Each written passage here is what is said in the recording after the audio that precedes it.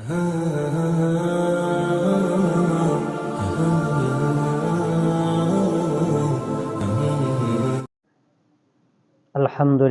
رب العالمین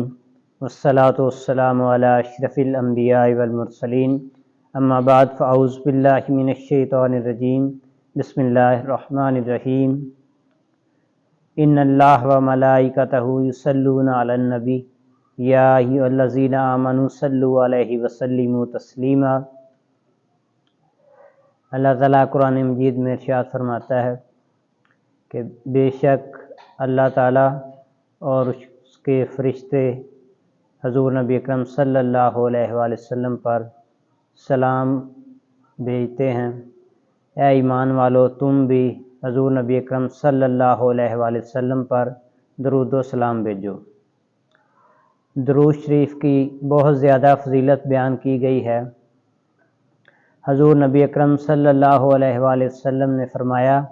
حضرت ابو ہریرہ رضی اللہ تعالیٰ عنہ سے مروی حدیث ہے کہ جو کوئی شخص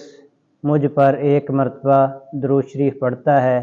اللہ تعالیٰ اس پر 10 رحمتیں نازل فرماتا ہے۔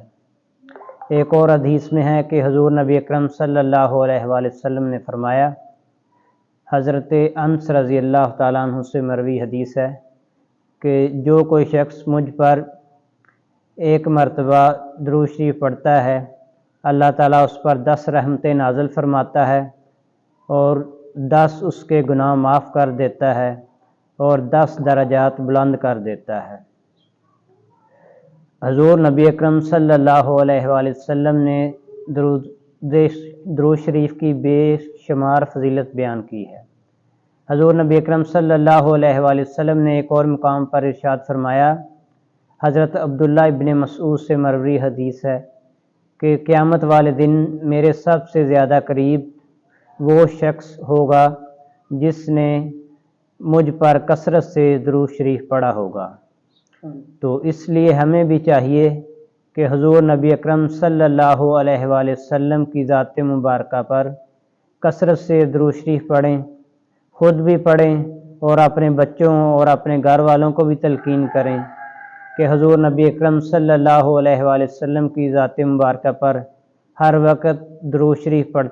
پڑھتے رہا کریں۔ اللہ تعالیٰ کی بارگاہ میں دعا ہے کہ عمل کی توفیق عطا